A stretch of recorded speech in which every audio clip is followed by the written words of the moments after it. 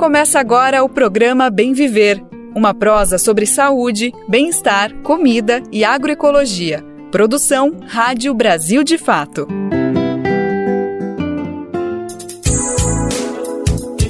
Alô, alô, sextou Brasil! Hoje é 22 de novembro de 2024 e o Bem Viver está chegando aqui, batendo na sua porta para entrar e te acompanhar em um banquete sonoro. Isso para nos alimentar e nos nutrir por um mundo melhor. Eu sou o Daniel Lamir e sigo aqui na locução por alguns dias no apoio ao nosso titular, o nosso amigo Lucas Weber. Então bora nessa falar de assuntos que, como você sabe, só sintoniza aqui. Tem agroecologia, tem saúde, tem cultura, povos e comunidades tradicionais e muito mais. E também, é um olho cá e outro lá. A gente também adentra o noticiário de outros assuntos que estão mexendo com o Brasil e o mundo.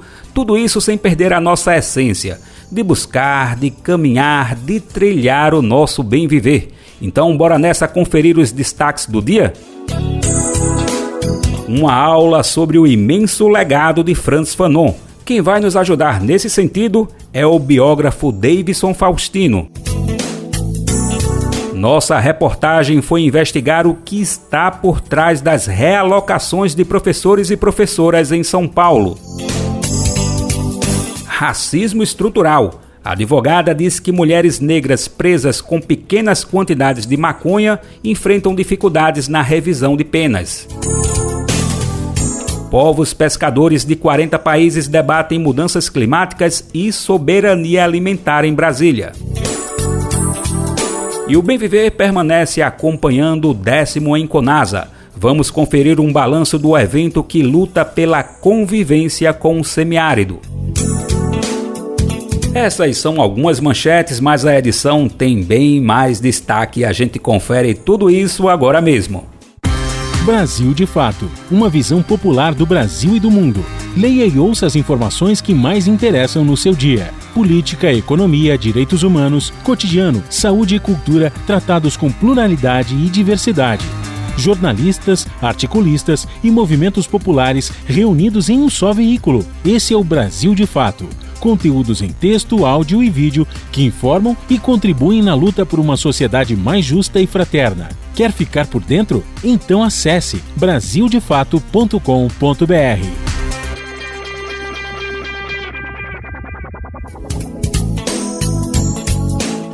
Nesse Novembro Negro, o mês da consciência negra, uma figura fundamental para a gente ter por perto, para alicerciar os debates que a gente tem oportunidade de aprofundar nesse momento, sem dúvida alguma, é Frantz Fanon, psiquiatra, filósofo, panafricanista revolucionário, uma das figuras mais importantes, um dos pensadores mais importantes da luta anticolonial.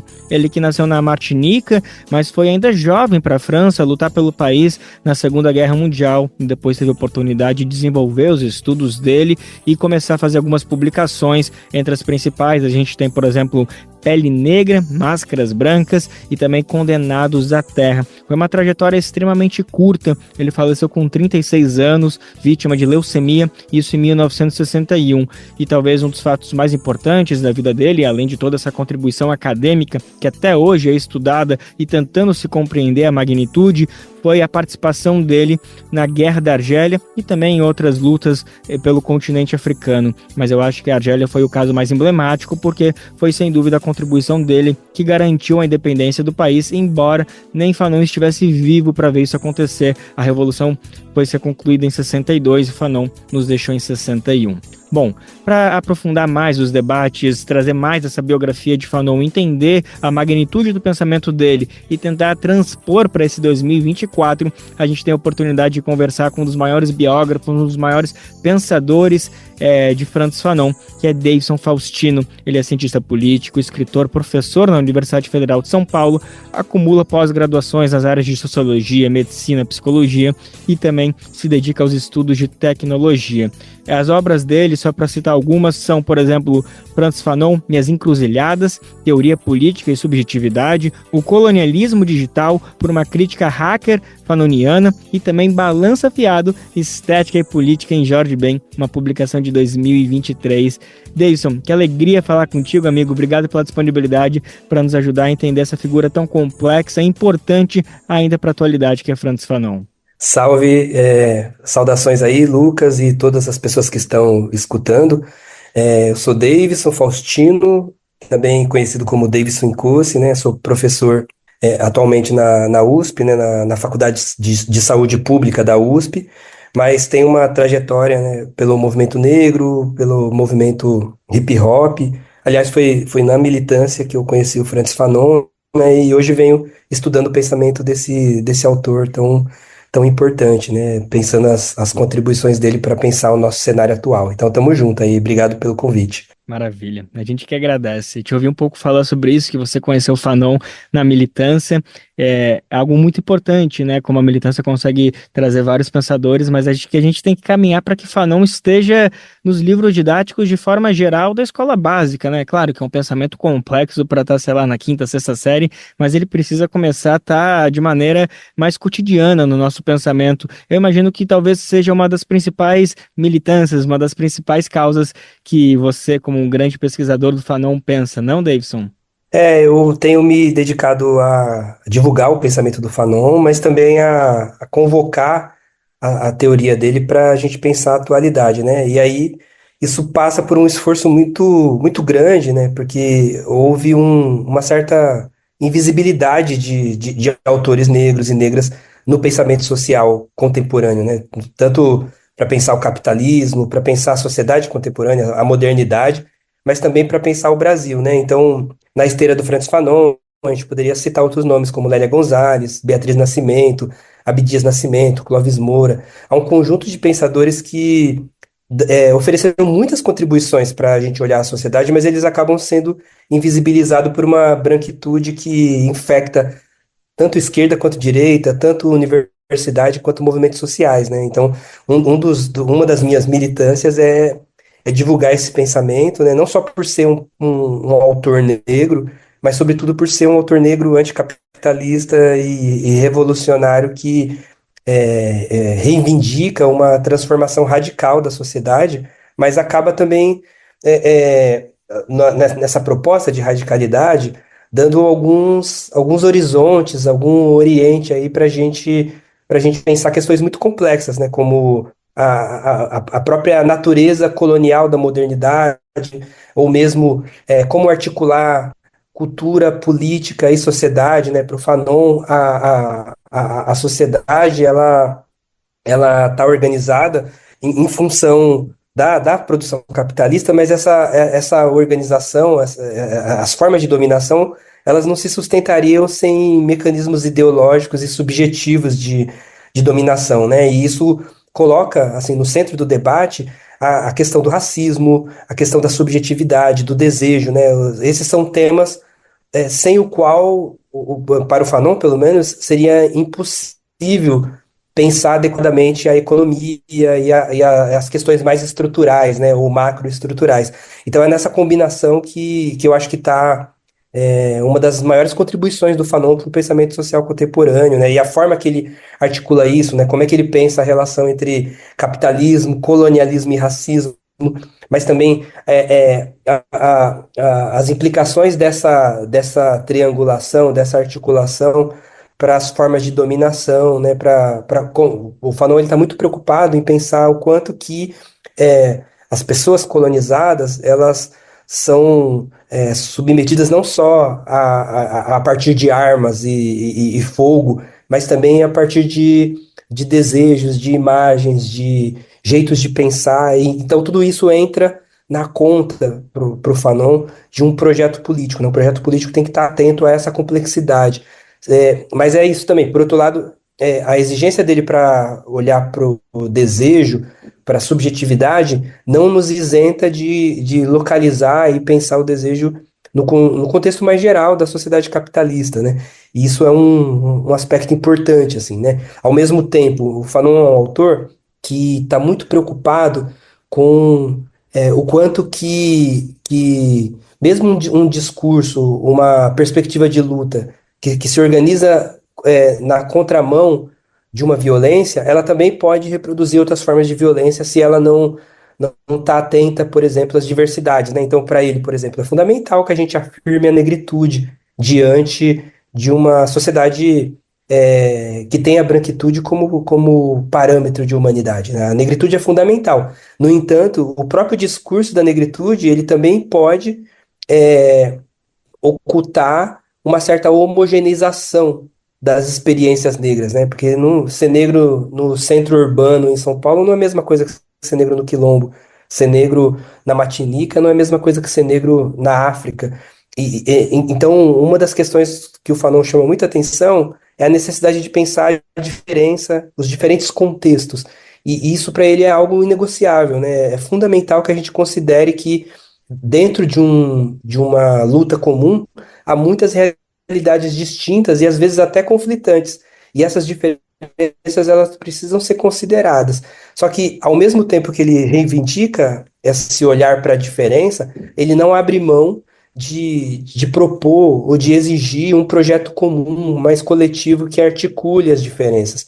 Então, eu acho que isso é muito importante para pensar a proposta fanoniana, porque se por um lado ele desconfia de qualquer discurso de unidade, que às vezes atropela qualquer diferença, né? Durante muito tempo, um discurso mais economicista, por exemplo, das esquerdas, ocultou desigualdades de gênero, de raça, de orientação sexual, desigualdades territoriais, da própria reivindicação política, né? A reivindicação acaba sendo reduzida a uma dimensão econômica. Então, o Fanon, ele exige que a gente considere essas diferenças. Por outro lado, a consideração das diferenças não vai na direção de uma fragmentação. Pelo contrário, né? A proposta do Fanon é de articulação das diferenças no projeto comum, né? Um projeto ele é comum de verdade se ele consegue articular as diversas tensões que estão dentro de um certo povo, uma nação ou um grupo, né? Então acho que isso é uma grande contribuição que o Fanon dá para a nossa época, né? Que é uma época que ou as pessoas ignoram as diversas lutas em nome de uma única reivindicação, ou para criticar essa ignorância, muitas vezes as lutas, as teorias, as epistemes vão na direção de uma fragmentação infinita do político, né, e sem ter espaço para construção de alianças mais gerais, né? Então acho que o Fanon ajuda muito a pensar isso. Sem dúvida alguma. Te ouvindo descrever com tanta complexidade o pensamento do Fanon, que exigiria horas e horas de conversa para conseguir destrinchar vários pontos que você trouxe, Davidson, é assustador imaginar que uma pessoa com essa magnitude de pensamento viveu apenas 36 anos e conseguiu fazer uma contribuição tão valiosa imagina, com menos de 15 anos de academia, né? Porque se ele foi para a Segunda Guerra Mundial, ele tinha 18 anos e teve que enfrentar esse período, foi começar só a estudar depois dos 20, então a gente tenta calcular quantos anos que ele conseguiu se dedicar a esse pensamento, e a capacidade de construção é um fenômeno, e ele nos deixou em 61, em um momento que talvez houvesse mais esperança na sociedade no que diz respeito ao combate aos extremismos, principalmente da direita, no que diz respeito principalmente ao nazismo, que ele de fato pegou em armas para lutar. E aí, se a gente faz agora uma ponte, né, com 50 anos para frente, um pouquinho mais, e vê de novo a ascensão de movimentos extremistas, neonazistas na Europa, e por que não citar também esse extremismo que a gente viu agora na reeleição de Trump, na chegada também de Jair Bolsonaro aqui no Brasil, que a gente vê que ainda é um fenômeno extremamente ativo, não só pelo 8 de janeiro, mas pelo que aconteceu nesses últimos dias com esse ataque de um homem-bomba. Davidson, eu fico pensando como que o Fanon viria esse ressurgimento da direita, que acho que primeiro denota que ela nunca parou de existir, mas sem dúvida alguma, nesse período que entre de fato que Fanon esteve lutando na Segunda Guerra Mundial e para cá, a gente viu um ressurgimento com mais força. Como tu acha que Fanon faria essa leitura desse processo histórico? A primeira coisa é lembrar que tem uma frase do Fanon onde ele diz que cada geração tem a sua tarefa histórica, né? A gente pode trair essa tarefa ou a gente pode cumpri-la, do ponto de vista de um projeto, de uma luta por emancipação. Isso significa que o tempo do Fanon não é o nosso tempo, ainda que haja algumas continuidades coloniais, né? O colonialismo não foi superado, ele é parte intrínseca do próprio desenvolvimento capitalista, mas, de fato, algumas, houve algumas mudanças importantes no cenário mundial, né? A época do Fanon, a década de 50, né? Se a gente pegar o tempo produtivo dele mesmo, mais teórico, é só de 10 anos, né? Um tempo muito curto. Mas é uma época em que havia uma esperança de uma revolução social, havia uma mobilização em torno. Não, o Fanon pegou a Guerra Fria, por um lado, mas também pegou os herdeiros da Conferência de Bandung, que são pensadores do sul global que vão deslocar o eixo do debate, que antes era leste-oeste, né, ou Oriente-Ocidente, ou Estados Unidos e Rússia, para um debate que colocasse no centro o Vietnã, a Indonésia, os países africanos, a América Latina, né? Então, e o Fanon ele está vivendo num momento em que estão acontecendo lutas de libertação concretas que estão, se a gente pensar, por exemplo, Gana, que é um país da África liderado por Kwame Nkrumah, vai conseguir conquistar uma independência em relação à Inglaterra. Ao mesmo tempo, havia movimentos de independentistas em Angola, Moçambique, que o Fanon tinha muito contato, mas também na Argélia, né? E aí, quando ele vai para a Argélia, ele se filia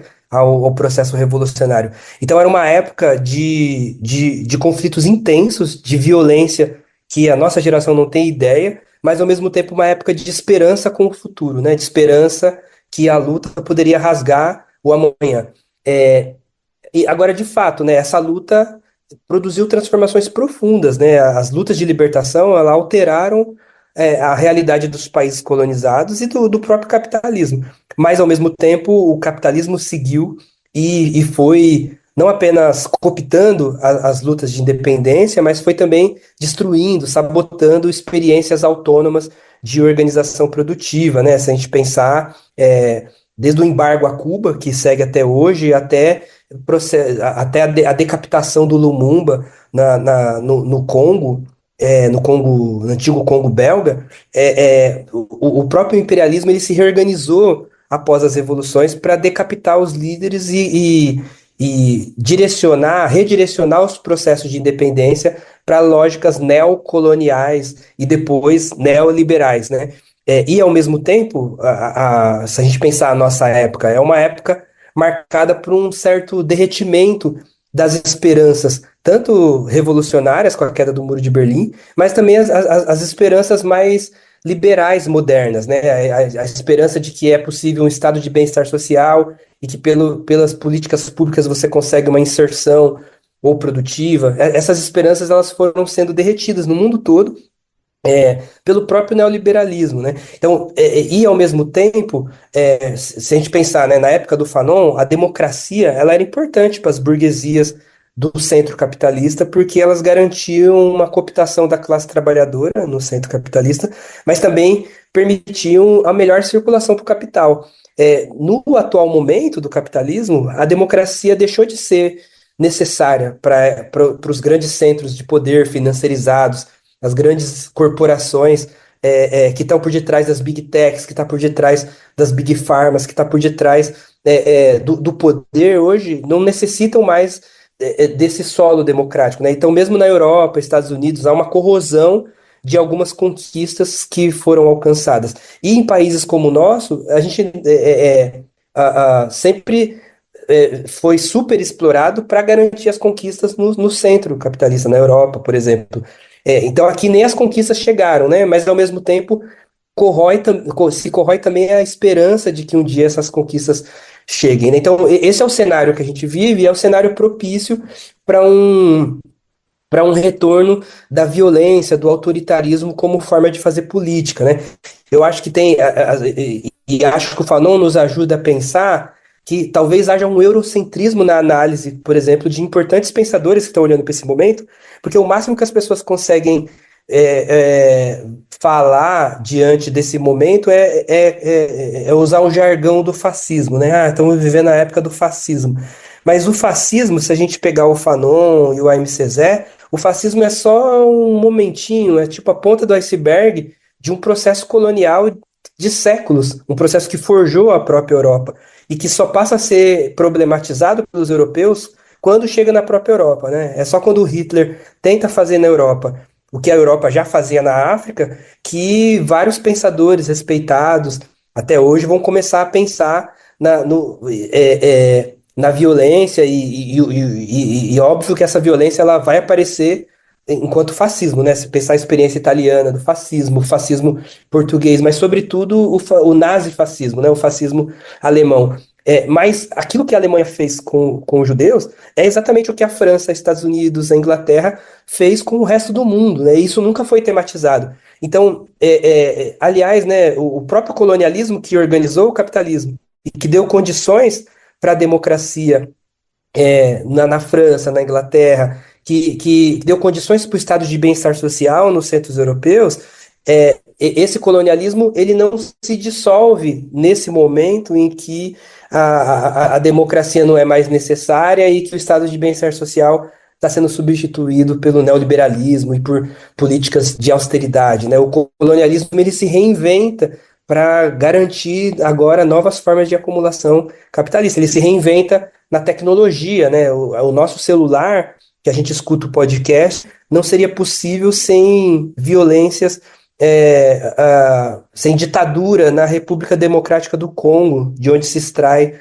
cobalto, por exemplo, para os nossos dispositivos tem ouro que vem boa parte das terras Yanomami e do sangue de crianças Yanomami. Essa época é uma época em que o capital não consegue mais disfarçar a violência no centro. Me parece um pouco reducionista, parece, de certa forma, uma ignorância em relação ao que foi um dos elementos fundamentais do capitalismo, que é o sistema colonial. Talvez a gente esteja vendo uma generalizada da própria Europa, né? Mas não para os super ricos, mas para, inclusive, trabalhadores europeus. E aí a nova direita consegue politizar essas perdas, né? Porque ao mesmo tempo que são perdas de direitos, o que a extrema-direita vai fazer é atribuir, conseguir manipular de forma identitária o mal-estar provocado por essas perdas, né? Então, efetivamente, se pegar o Trump, né?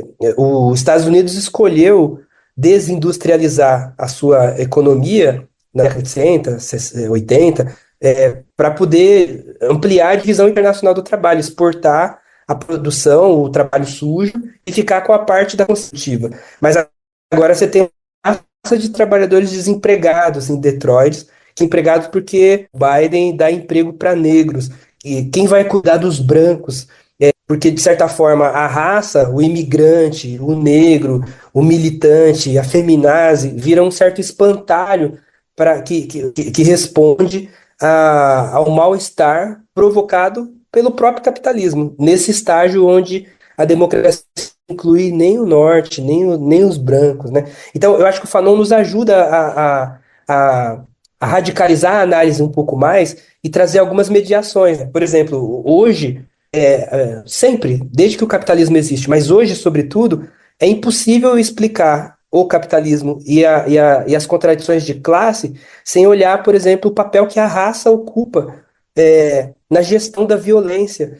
Nesse momento de generalização da violência, a raça tem um papel fundamental. Ela aparece nas mortes na favela, na polícia que invade a favela e atira em criança, ela aparece no genocídio contra os palestinos na faixa de Gaza ou em toda a região do Oriente Médio, mas ela também aparece com uma certa gestão da imigração nos Estados Unidos, na Europa, né, numa certa ideia de que o imigrante, por um lado, ele é culpado, ele é o bode expiatório por todas as violências, e por outro lado, a existência desse outro quase como uma raça, ela permite que qualquer noção de comunidade seja suspensa. Então, aquilo que serve para o nacional não serve para o imigrante. Então, você pode deportar, você pode pagar menos, né? Então, a raça ela é reacionada nesse momento do capital. Eu acho que o Fanon nos ajuda a pensar isso, né? Não sei o que ele diria, né? É difícil dizer o que ele diria, né? Vai saber se ele não viraria um coxinha.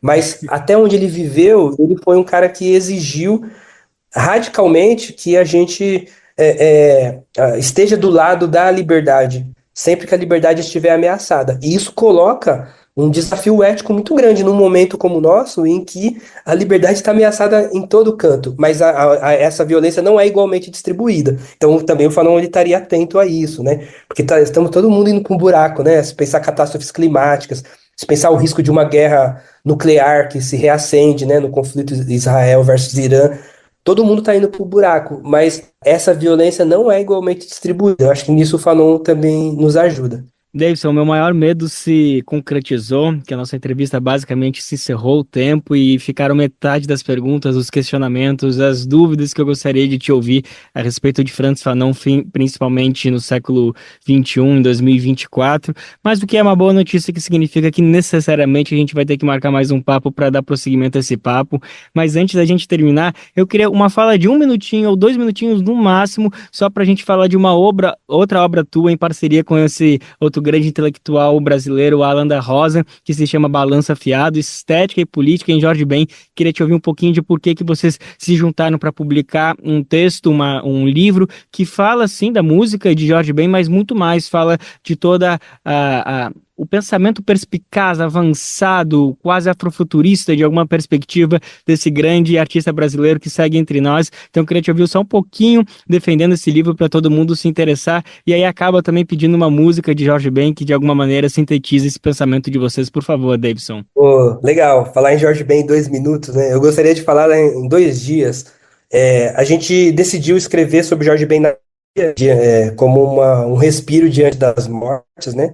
E a gente acabou encontrando um intelectual, não só um músico, mas um intelectual, um militante, um ser humano que nos ajuda, nos conecta com a nossa humanidade, né? No livro do Jorge Ben, a gente se baseia no repertório fanoniano e, sobretudo, da Lélia Gonzalez, para pensar não só o Jorge Ben, mas a própria história do Brasil e a história da humanidade, de certa forma, né? Então a gente revisita a história da alquimia, mas também a história das músicas afrodiaspóricas, para discutir o quanto que há também um racismo epistêmico no campo da música, quanto que também as músicas não europeias são sempre vistas num lugar meio exótico, circular, ahistórico, e que, de certa forma, essa visão perde de vista a contribuição, vou usar um termo que é um palavrão para terminar assim, sem poder explicar, mas a contribuição civilizatória dos povos africanos que organizaram o Brasil, né? Então, o Jorge Ben ele é um ponto de partida para uma discussão mais ampla sobre a matriz do Brasil, né? A gente defende que o Jorge Ben ele é um cantor em português, em diálogo com a Lélia Gonzalez, porque, de certa forma, o que ele faz é um modernismo ao contrário, né? Não é esse branco antropofagicizando a cultura popular, pelo contrário, é esse preto que vem da cultura popular e que dialoga com diversas matrizes culturais para devolver algo que traz de volta elementos que são muito caros para um certo jeito de pensar o ritmo, um certo jeito de pensar a vida, um certo jeito de pensar a espiritualidade que aparece no som do Jorge Ben, né? Então o Jorge Ben é muito mais que balanço, né? E aí, assim, pensando em balanço, acho que uma música que me vem e que eu gosto muito do Jorge Ben é Errare Humano Oeste, porque é uma música que tá lá no Tábua das Esmeraldas, né? Que traz uma dimensão não só negra para o Brasil, mas que permite pensar o negro como humano. Mas um humano é algo que é em si errante, né? Que está em caminho, em construção, das células ao espaço, do passado, passando pelo presente, pelo futuro, mas voltando ao passado, né? Então acho que tem ali muita coisa para a gente pensar e daria uma conversa à parte. Pronto, já vamos deixar pré-marcada aqui para nossa continuidade de análise sobre Frantz Fanon e com certeza Jorge Ben. Então, ao som desse grande mestre, do nosso mago Jorge Ben, a gente se despede e agradece de Davidson Faustino, cientista político, escritor, professor da Universidade Federal de São Paulo, que nos deu essa aula magnífica sobre Frantz Fanon e também uma pinceladinha sobre Jorge Ben. Davidson, obrigado mais uma vez pela disponibilidade, viu, amigo? É nóis. Tem os dias acordo pensando e querendo saber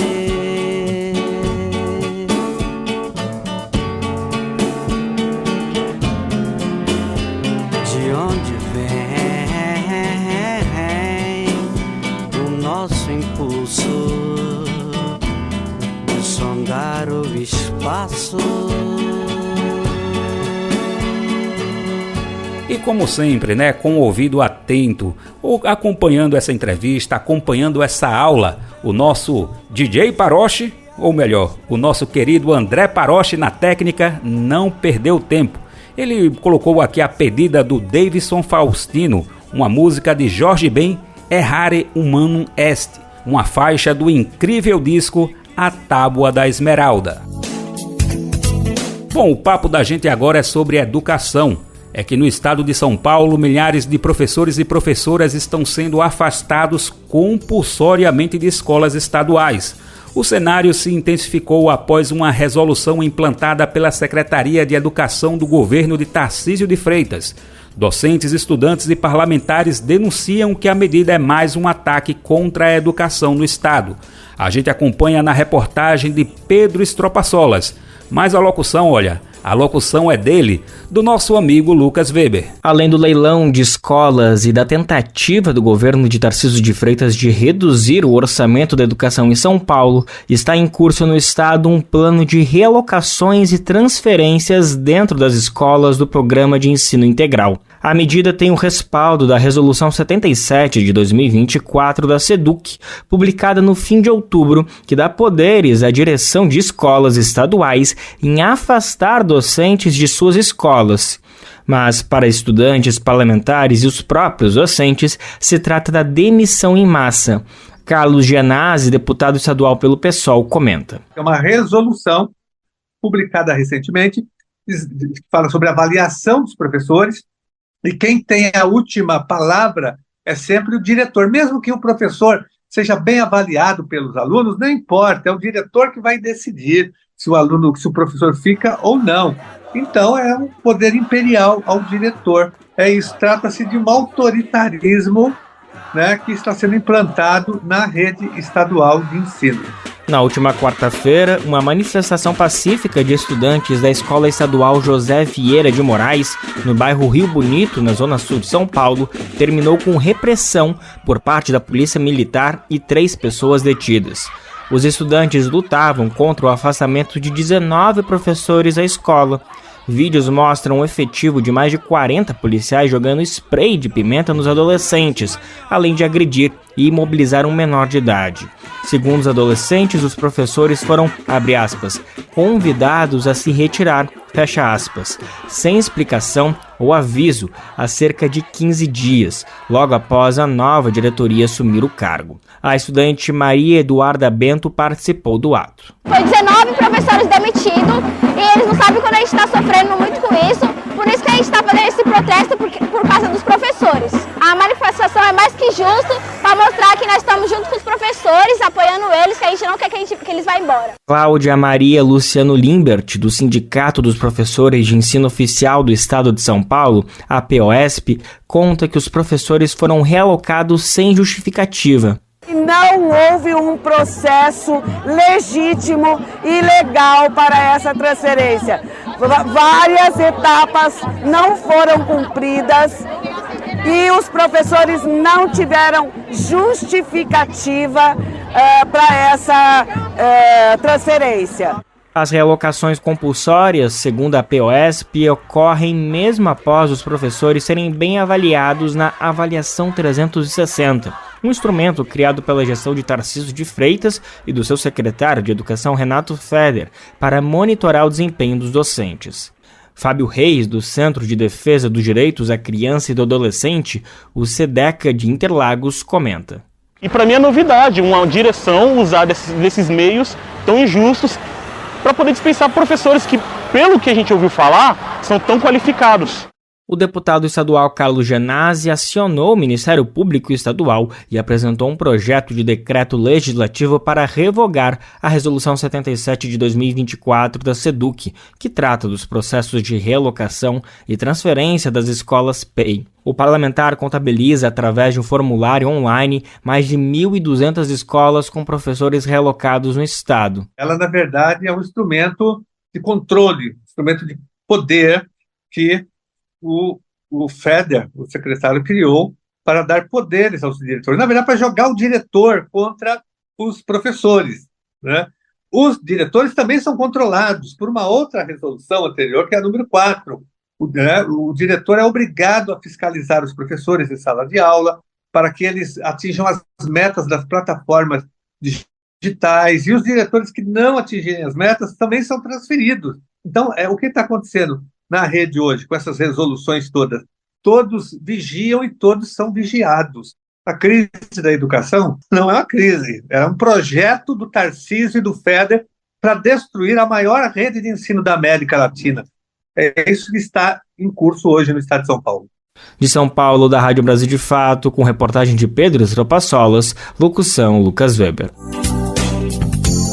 A SEDUC, Secretaria de Educação do Estado de São Paulo, enviou uma nota. Ela defende que o corpo docente não está sendo dispensado e que permanece ativo para o ano letivo de 2025. Ao mesmo tempo, o texto cita que eles e elas seguem para outras unidades do Programa de Ensino Integral ou regulares. A SEDUC pontua que a realocação de unidade é prevista conforme avaliação, realizada entre direção, equipe gestora e diretoria de ensino. Sobre a repressão policial, de acordo com a SEDUC, equipes da Ronda Escolar da PM foram enviadas preventivamente à Escola Estadual José Vieira de Moraes no dia 13 de novembro. A secretaria disse que a ação garantiu a saída de alunos e alunas que estavam sendo bloqueados pelos manifestantes. A nota diz que não houve registros de feridos. Um homem de 44 anos e uma estudante de 17 anos foram levados à delegacia mais próxima, onde foram ouvidos e liberados. Mas, citada essa nota, a gente faz questão de destacar que essa preocupação e luta popular não é e nunca foi em vão. A população no país já viu bastante a repetição de, digamos, uma trilogia que tira direitos populares.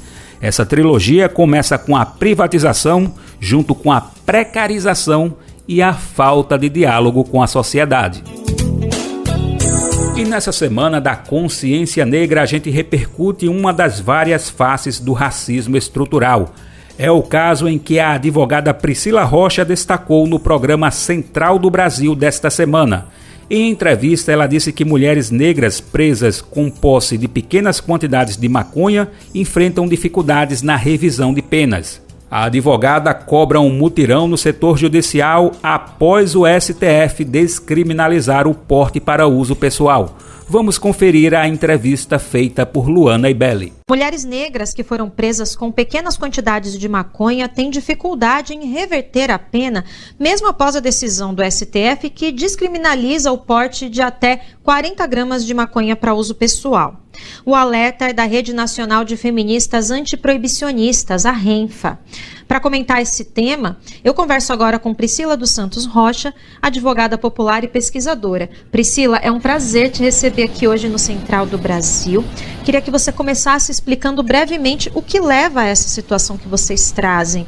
Quais são os desafios enfrentados por mulheres negras nesse sistema que tem mantido as condenações? Exatamente. Obrigada por tratar dessa temática aqui, Luana. Então, a dificuldade, né? A maioria das mulheres encarceradas no Brasil são mulheres negras. E a maioria dessas mulheres encarceradas são a justificativa são por tráfico de drogas. E o tráfico de drogas com uma quantia muito, muito pequena, né? Essa quantia inferior a 40 gramas ou numa condições muito específicas, enfim, e que leva muito ao judiciário.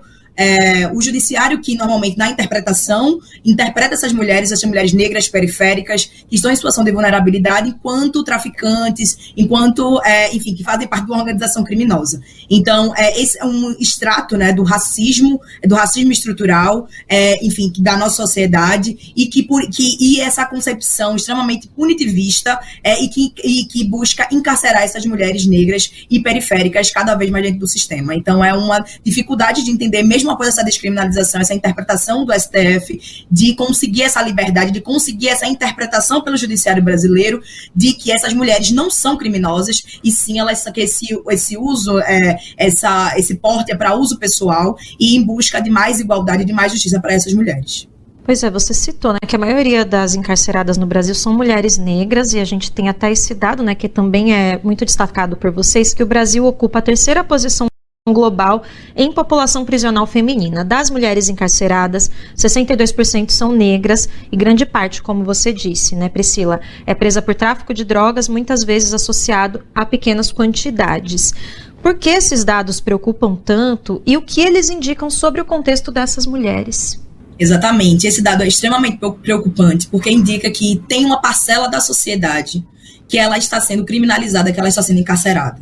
É uma parcela da sociedade que é vulnerável. São mulheres, são mães negras, são mães de meninos e de meninas que estão em situação de vulnerabilidade. E que o Estado brasileiro, em vez de cuidar, em vez de prestar assistência social, de dar educação, de investir em políticas sociais de reintegração, de profissionalização dessas mulheres, de educação e de acolhimento dessas crianças, estão encarcerando as suas mães e que muitas vezes são as únicas pessoas que são responsáveis pela educação dessas crianças. Então, quando estamos punindo essas mulheres, estamos punindo uma geração, estamos punindo crianças que vão ser afastadas das mães, crianças, né, que não vão ter o próprio sustento, crianças que são, né, também abandonadas pelos pais e que ficam à mercê também dessa criminalização, dessa extrema vulnerabilidade, de uma ausência de educação. Então, estamos relegando a uma futura geração também de crianças e de pessoas negras a mais marginalização e a mais vulnerabilidade, que é um problema sistemático da nossa sociedade. Agora, Priscila, com essa norma definida pelo STF, o que deve ser feito para que isso passe a valer também para essas mulheres que, pela norma, estão presas injustamente, a gente pode dizer, né? Exatamente. É importante que todos os atores, né, das instituições de justiça e também do Poder Executivo, os ministérios, Ministério da Justiça, enfim, as instâncias federais, as instâncias estaduais, as instâncias também, né, municipais, tenham essa conjunção para essa efetivação dessa norma. Então, é importante que haja uma confluência de ação do Judiciário e do Poder Executivo para a implementação de mutirões, implementação dessa efetivação dessa norma. Então, é importante que, mesmo que o Judiciário não aplique, mas que a Defensoria Pública, que o Ministério Público haja enquanto fiscal da lei, que tem essa sua função basilar, essa sua função básica constitucionalmente garantida, para que conceda não é um benefício, é um direito, esse direito que é concedido para essas mulheres a partir dessa interpretação da nossa Corte Superior, que é o STF. Então, é muito importante que hajam mutirões, que haja uma confluência de interesses e uma conjunção, né, do Poder Executivo e do Poder Judiciário para a efetivação dessa interpretação e desse direito para que mulheres que estão encarceradas indevidamente sejam liberadas. Tá bem, Priscila, muito obrigada por essa análise, pelas informações e até uma próxima. Obrigada. Conversamos com Priscila dos Santos Rocha, advogada popular e pesquisadora. O Central do Brasil é uma produção do Brasil de Fato. O programa é exibido de segunda a sexta-feira ao vivo, sempre à 13h pela Rede TVT e por mais emissoras parceiras. Bom, e a gente confere agora aquela notícia que deixa muita gente cheia de orgulho, inclusive eu, viu? O Bem Viver faz parte de uma rede incrível de parcerias que retransmitem um programa por todo o Brasil. Aproveitamos para mandar aquele abraço especial a todo mundo que faz essa articulação acontecer. Já são mais de 500 emissoras espalhadas pelo país que recebem e compartilham as nossas edições diárias. E a boa notícia nisso tudo é que essa rede pode crescer ainda mais. Se você faz parte de uma rádio e quer se juntar a essa parceria, é só se cadastrar no nosso site radiobrasildefato.com.br. Ao chegar lá, é só clicar em Como Ser uma Rádio Parceira. E olha, não se esquece, além de sintonizar nas rádios, você também pode ouvir o Bem Viver nas principais plataformas de podcast. Acompanhe no seu ritmo a hora que você quiser. É só acessar o site do Brasil de Fato ou procurar no Spotify, Deezer, iTunes e Google Podcasts. Pescadores e pescadoras de diversas partes do mundo se reuniram em Brasília nesta semana. Eles e elas participaram da 8ª Assembleia do Fórum Mundial de Povos Pescadores. O evento começou na semana passada, no dia 14, e se encerrou ontem, quinta-feira, dia 21. As atividades debateram questões urgentes que afetam as águas, a pesca artesanal e os direitos das populações pesqueiras.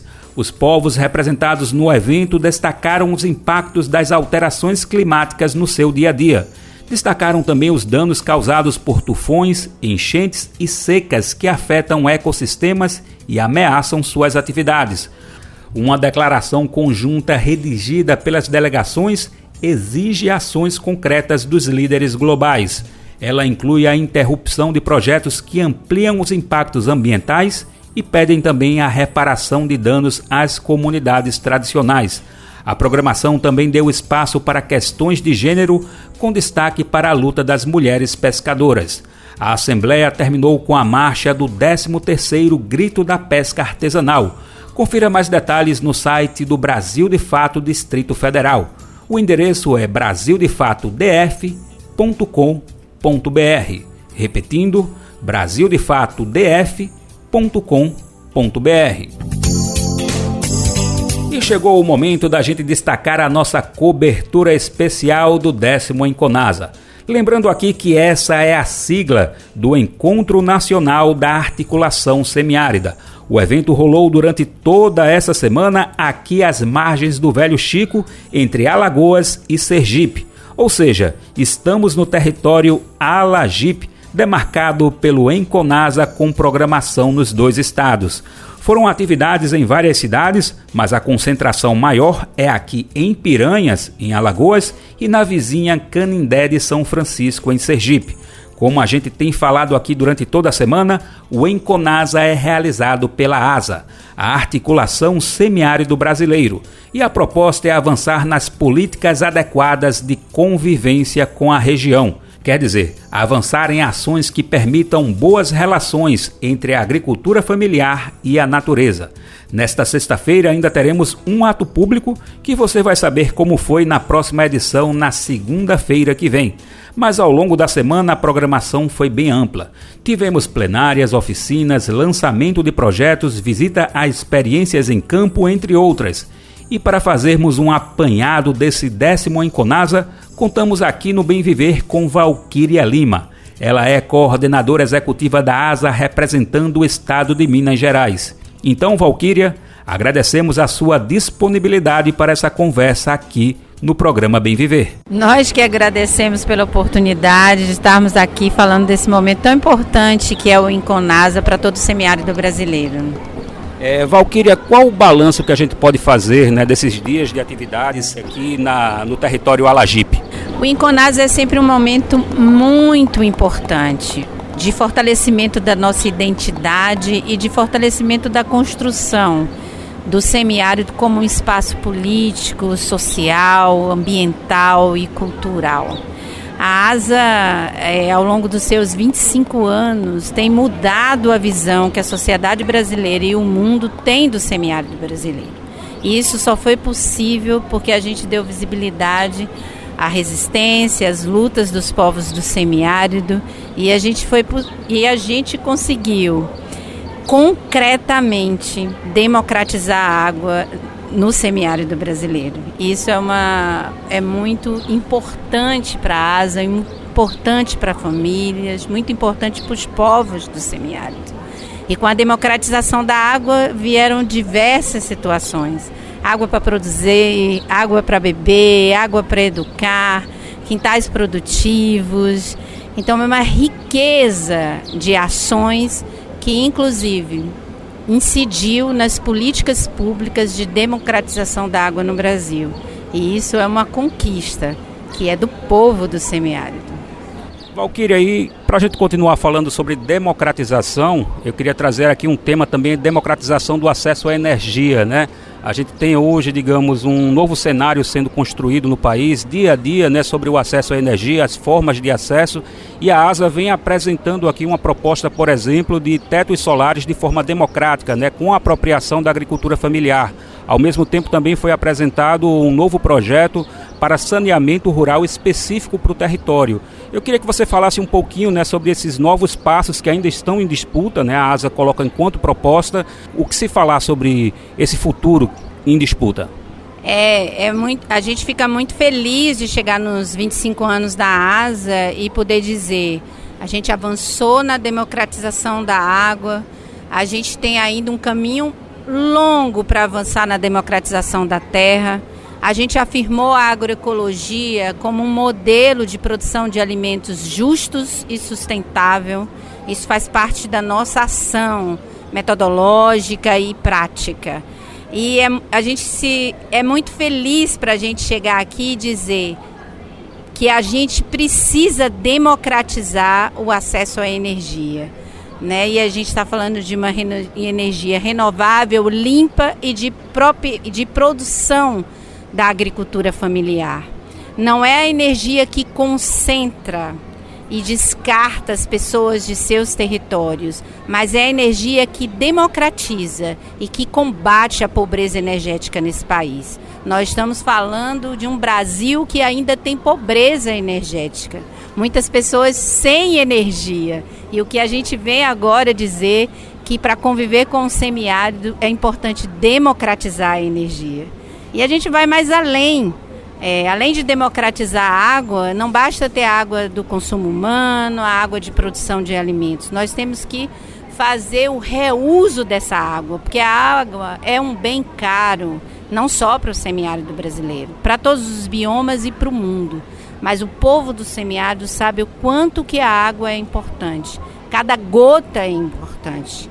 Então, assim, é necessário que tanto a ação de reuso da água como a democratização da energia venha também a se tornar uma política pública que a gente está semeando exatamente nesses 25 anos. Queremos daqui a alguns anos estar comemorando esse primeiro passo. Valquíria, você colocou aqui na primeira fala a questão do protagonismo, né, das famílias agricultoras, dos povos e comunidades tradicionais. E aí eu queria que você falasse um pouquinho também, né, sobre esses passos que são dados, né, em conquistas, em direitos, tendo justamente esse protagonismo, né, essa forma das famílias participarem diretamente desse processo. O Inconasa é um momento, assim, eu costumo dizer que é realmente revolucionário. As pessoas se encontram. As pessoas que se encontraram há 10, 5, 15 anos atrás, que se encontraram no intercâmbio de experiências, que se encontraram no encontro de agricultores e agricultores familiares, que se encontraram no Encontro Nacional de Agroecologia, de sementes, de mulheres, de jovens. As pessoas se reúnem aqui e elas vêm por uma identidade muito forte com a articulação do semiárido. Então é um momento de encontro, é um momento de celebração. Encontro de quê? Desse semiárido do bem viver, desse semiárido do bem querer, desse semiárido que tem justiça e igualdade. É isso que a gente defende. Isso dá um sentimento de identidade muito forte para as pessoas. E de propriedade, porque os agricultores e agricultoras familiares aqui presentes, os povos que participam, eles não vêm para um encontro assistir uma palestra. Eles vêm ao encontro vivenciar o semiárido. Desde as visitas e experiências, desde os debates, desde os terreiros de inovações, desde as plenárias de agricultores e agricultoras, desde as mesas que colocam contextos, debates políticos, desde o diálogo Estado-sociedade, as pessoas se sentem parte desse processo. Elas não são meras espectadoras, elas são as atuantes, as que estão fazendo acontecer esse semiárido do bem viver, esse semiárido que se mobiliza para dizer que a gente tem muitas lutas pela frente. O que a gente conquistou é muito, mas é necessário muito mais, porque tem muita coisa em jogo. E a gente precisa manter viva a esperança do povo. O Inconasa é para isso também, para alimentar e fortalecer a esperança. Sem esperança não há resistência. E sem resistência a gente não resiste a esse contexto tão desafiador.